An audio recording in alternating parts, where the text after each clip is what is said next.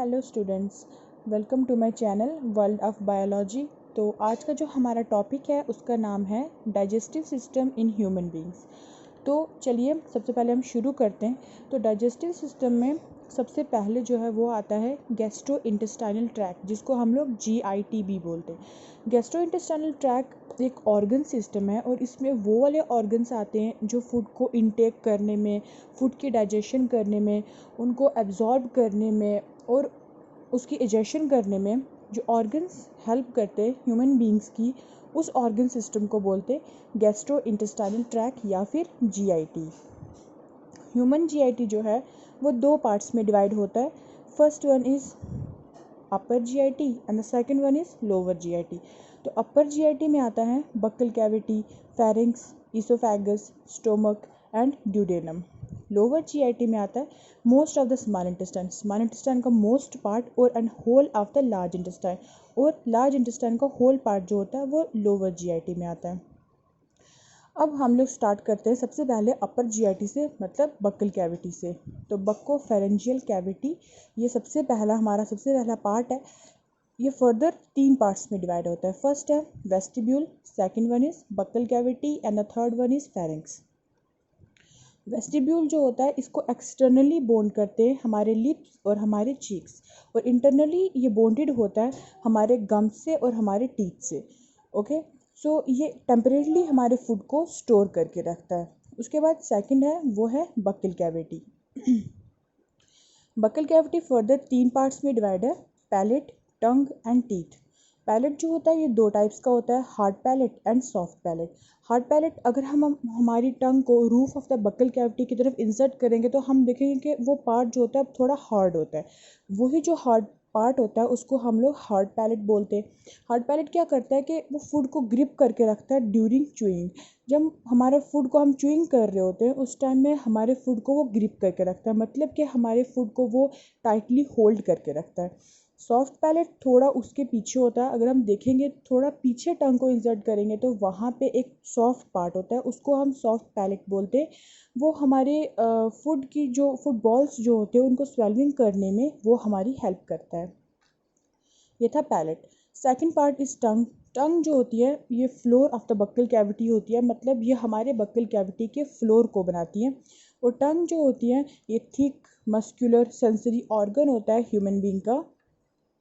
ये फूड को टेस्ट करने में हेल्प करती है, फूड बॉल्स बनाने में हेल्प करती है, स्वेलिंग ऑफ फूड बॉल्स में भी हेल्प करती है। उसके बाद आता है टीथ। दो तरह के टीथ होते हैं ह्यूमन बींग्स में। जब वो चाइल्ड होता है तो उसमें मिल्क और डेसिडियस टीथ प्रेजेंट होते हैं। अब मिल्क और डेसिडियस टीथ जो होते हैं उनका डेंटल फार्मूला होता है 2102 2102। मतलब ये कि 2102 मतलब ये कि उसमें इंसीजर्स होते हैं, कैनाइंस होते हैं, प्री मोलर्स नहीं होते और मोलर्स होते हैं। ठीक है, ये 4 टाइप्स के टीथ होते हैं ह्यूमन बींग्स में। और जब वो एडल्ट हो जाता है तो उस वक्त उसका जो डेंटल फार्मूला होता है वो होता है 2123 एंड 2123, मतलब कि उसमें उस वक्त प्री मोलर्स होते हैं। अब ये जो 4 तरह के टीथ होते हैं इनका क्या काम होता है डाइजेशन में? तो जो इंसाइजेस होते हैं और जो कैनाइंस होते हैं इनका ये काम होता है कि ये फूड को कट करने में हमारी हेल्प करते हैं, फूड की कटिंग करते हैं। प्री मोलर्स और मोलर्स जो होते हैं इनको हम ग्राइंडिंग टीथ या फिर चीक टीथ भी बोलते हैं। और ये जो है ये फूड की मेस्टिकेशन में, फूड की च्यूइंग में हमारी हेल्प करते हैं, और ये हमारे माउथ के सरफेस एरिया को भी थोड़ा बढ़ा देते हैं ताकि वहाँ पे जो डाइजेस्टिव एंजाइम्स है वो अपना बेटर एक्शन दिखा सके। कुछ डाइजेशन जो हमारी फूड की है वो हमारे माउथ में भी हो जाती है, बस थोड़ी लिटिल बिट, बहुत कम। ओके, सो ये था इसका सेकंड पार्ट बक्कल कैविटी। अब हम मूव करते हैं लास्ट वन जो है फेरिंक्स। इसका जो लास्ट पार्ट है फेरिंक्स उसकी तरफ। फेरिंक्स क्या होता है? ये सॉफ्ट एरिया होता है at the top of the throat. Throat के टॉप पे जो सॉफ्ट एरिया होता है उसको हम फेरिंक्स कहते हैं। जो पैसेज नोज से आ रहा होता है, जो पैसेज माउथ से आता है, एक पॉइंट होता है जिस पॉइंट पे वो थ्रोट से मिलते हैं, उस पॉइंट को हम फेरिंक्स बोलते हैं। चलिए डायग्राम में देखते हैं। सबसे पहले ये देखिए, ये तो हम जानते हैं कि ये पार्ट जो है ये क्या है? माउथ। ओके, ये है माउथ। और ये जो पार्ट है, इस पार्ट को हम बोलते हैं पैलेट। पैलेट।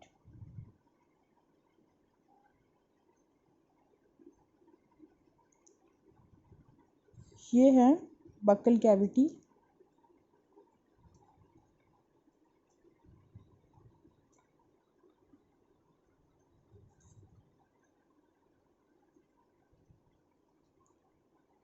ये वाला जो पार्ट है ये है फेरिंक्स।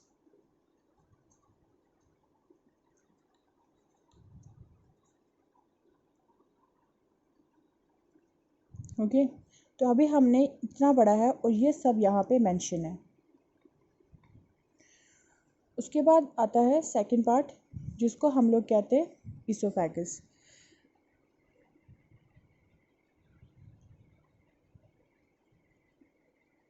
अब हम इसोफेगस की बात करते हैं। तो ये जो लॉन्ग ट्यूब है यहाँ से नीचे की तरफ आ रही है, इसको हम लोग कहते हैं इसोफेगस। इसोफेगस जो होती है ये अबाउट 20 से 25 सेंटीमीटर जो होती है, ये लॉन्ग होती है। नैरो मस्कुलर ट्यूबुलर स्ट्रक्चर होता है, इसोफेगस बोलते हैं इसको। ये डाउनवर्ड की तरफ रन करती है नेक से लेकर। ये क्या करती है बेसिकली, ये जो फूड होता है उसे माउथ से लेकर स्टोमक तक आने में ये जो इसोफेगस से है ये हमारी हेल्प करती है। एंड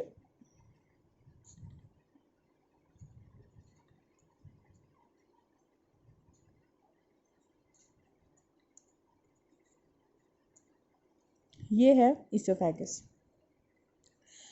जब यहाँ फेरिक्स से मतलब कि ये एक मतलब एक वे है, एक रास्ता है जहाँ से फूड जो है वो इसोफेगस में आता है। अब यहाँ पे कुछ टाइम के लिए जो हमारी रिस्पायरेशन है वो रुक जाती है। लैरिंक्स, जिसको हम लोग वॉइस बॉक्स भी बोलते हैं, वो क्या करता है कि वो थोड़ा ऊपर की तरफ राइज हो जाता है, ग्लोटिस को बंद कर देता है, और जिसकी वजह से हमारे माउथ में प्रेशर होता है और जो हमारा फेरिंक्स होता है वो हमारे फूड को पुश करता है टूवर्ड्स द इसोफेगस। इसोफेगस की तरफ हमारा जो फेरिंक्स है वो फूड को पुश करता है। ये है हमारी ग्लोटिस।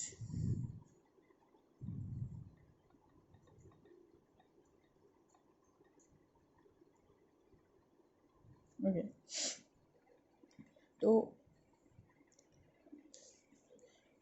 इसोफेगस से अब जो हमारा फूड है वो स्टोमक में जाएगा। हमारा जो स्टोमक है वो 3 पार्ट्स में डिवाइड है।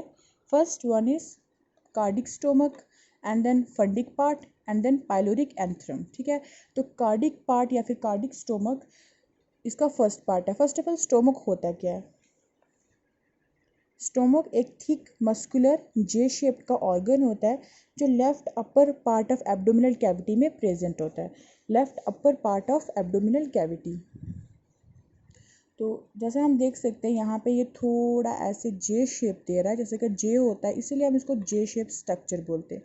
तो इसका जो फर्स्ट पार्ट है वो है कार्डिक स्टोमक। कार्डिक स्टोमक क्या करता है कि वो प्रिवेंट करता है back flow of the food. जो फूड है वो पीछे की तरफ दोबारा ना जाए, उसके लिए वो उसे प्रिवेंट करके रखता है, उसे बचा के रखता है। Second part is fundic part. Fundic part क्या करता है, उसमें कुछ गैस्ट्रिक ग्लैंड्स कुछ वहाँ पे प्रेजेंट होते हैं उस फंडिक पार्ट में। थर्ड वाला जो होता है वो होता है पाइलोरिक एंथ्रम। पाइलोरिक एंथ्रम क्या करता है, केमिकल डाइजेशन ऑफ फूड में वो हेल्प करता है। तो ये 3 पार्ट्स हैं स्टोमक के। हम इन्हें बताते हैं। दिस वन इज फंडस,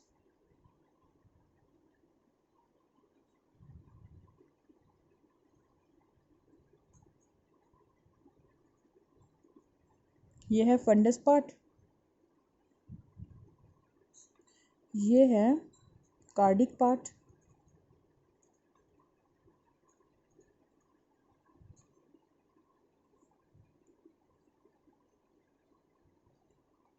और ये है पाइलोरिक एंथ्रम।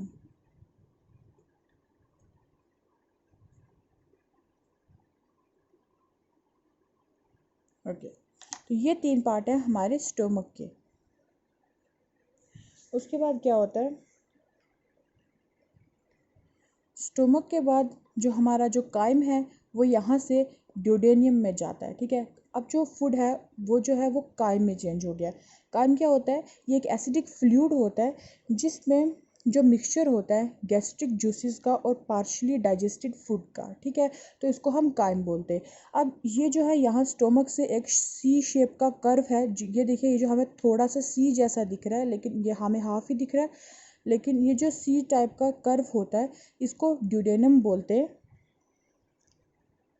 जो वाइडेस्ट और स्मॉलेस्ट पार्ट है अबाउट 25 सेंटीमीटर इसकी लेंथ होती है। स्मॉल इंटेस्टाइन का सबसे वाइडेस्ट और सबसे स्मॉलेस्ट पार्ट होता है, ये एक सी शेप का कर्व बनाता है। तो ये काइम को रिसीव करता है स्टोमक से और उसे पहुंचा देता है नीचे लोअर जीआईटी में, मतलब नीचे जेजुनम में, स्मॉल इंटेस्टाइन के मिडिल पार्ट में।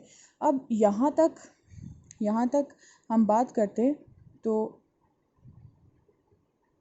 यहाँ से ऊपर, ठीक है, ये जो पार्ट है ये यहाँ से ऊपर, ये सब का सब जो है ये है अपर जीआईटी, मतलब upper gastro intestinal tract, GINT, upper GIT. And इसके नीचे वाला जो पोर्शन होगा ये वाला, इसको हम लोग बोलेंगे लोअर जीआईटी, मतलब lower gastro intestinal tract, GIT। Okay, तो अब जो ये काइम है ये स्मॉल इंटेस्टाइन के सेकंड पार्ट में चला जाएगा जिसको हम लोग जेजुनम बोलते हैं, मतलब कि middle part of the small intestine जो अबाउट 2.5 मीटर्स लॉन्ग होती है। ये मेन साइट होती है जहाँ पे डाइजेशन होती है फूड की और जहाँ पे एब्जॉर्ब होते हैं डिफ्यूजेबल न्यूट्रिएंट्स। तो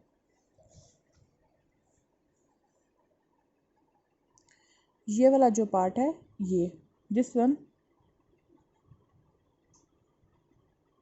ये वाला, इसको हम बोलते हैं जेजुनम।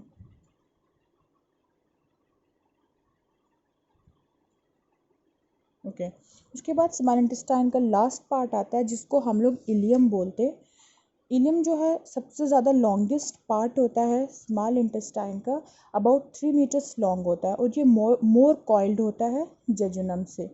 ये क्या करता है कि ये ओपन होता है सिकम में, जो लार्ज इंटेस्टाइन का एक पार्ट है, from the lower right side of abdominal cavity, abdominal cavity के लोअर राइट साइड से ये वहाँ पे ओपन होता है। तो ये जो मोर कॉइल्ड एरिया है दिस वन, इसको हम लोग इलियम बोलते हैं। This one is ilium, the last part of small intestine. और अब ये जो इलियम है हम लोग देख सकते हैं यहाँ से lower right side of abdominal cavity से ये स्यूकम है, इसमें आकर ये ओपन हो रहा है और ये पार्ट है लार्ज इंटेस्टाइन का। This one is स्यूकम।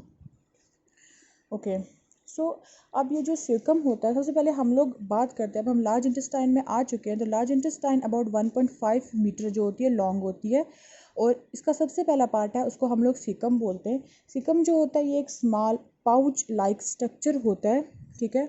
सीकम जो होता है एक्चुअली ये एक जंक्शन होता है स्मॉल इंटेस्टाइन और लार्ज इंटेस्टाइन का। स्मॉल इंटेस्टाइन जो होती है वो यहाँ आके लार्ज इंटेस्टाइन में मीट करती है, तो इसीलिए ये जो जंक्शन पॉइंट है यहाँ पे जो होता है एक पाउच लाइक स्मॉल स्ट्रक्चर होता है जिसको सीकम बोलते हैं। सीकम जो है वो एंड होता है वर्मीफॉर्म अपेंडिक्स में। इन दोनों का जो मतलब काम होता है वो वेस्टिजियल होता है, क्योंकि जो सेलुलोज होता है वेजिटेबल फूड में वो सिंप्लीफाई हो जाता है ड्यूरिंग कुकिंग प्रोसेस, वो कुकिंग प्रोसेस में ही सिंप्लीफाई हो जाता है, इसीलिए इन दोनों का कोई काम नहीं होता, इसीलिए ये यहाँ पे आके एंड हो जाता है वर्मीफॉर्म अपेंडिक्स में, और ये है वो अपेंडिक्स, ये है वो वर्मीफॉर्म अपेंडिक्स। ओके, सीकम के बाद क्या होता है कोलॉन, द सेकंड पार्ट जो है लार्ज इंटेस्टाइन का, और मैक्सिमम काम भी यही करता है। तो जो कोलॉन है ये लॉन्ग साइज्ड का होता है और ये 4 डिफरेंट रीजन्स में डिफ्रेंशिएट है। फर्स्ट पार्ट होता है ascending colon, second transverse colon, third one is descending colon and the fourth one is sigmoid, या फिर हम उसको पेल्विक कोलॉन भी बोलते हैं। फर्स्ट है असेंडिंग कोलॉन। असेंडिंग कोलॉन मतलब के passes upward, on the right side of the abdominal cavity. Abdominal cavity के राइट साइड से ये ऊपर की तरफ जाता है, ठीक है। ये जो जा रहा है यहाँ से ऊपर, स्यूकम से ऊपर जो ये पार्ट जा रहा है इसको हम लोग कहते हैं असेंडिंग कोलोन। दिस वन, ये है असेंडिंग कोलोन, इसको हम लोग कहते हैं असेंडिंग कोलोन, ठीक है।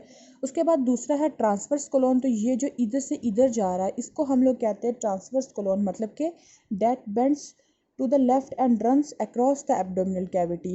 ये लेफ्ट की तरफ बेंड हो गया और ये एब्डोमिनल कैविटी के साथ साथ रन कर रहा है, तो इसलिए हम इसको कहते हैं ट्रांसवर्स कोलोन। ये है ट्रांसवर्स कोलोन, इसको कहते हैं हम लोग ट्रांसवर्स कोलोन, ओके। उसके बाद आता है डिसेंडिंग कोलोन। डिसेंडिंग कोलोन का मतलब कि run downward on left side, left side से नीचे की तरफ आ रहा है, दिस वन, इसको हम लोग कहते हैं डिसेंडिंग कोलोन। ये है डिसेंडिंग कोलोन, ठीक है।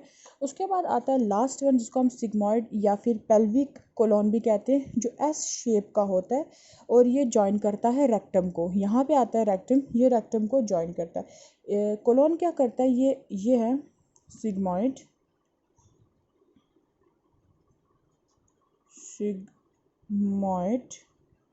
सिग्मॉइड और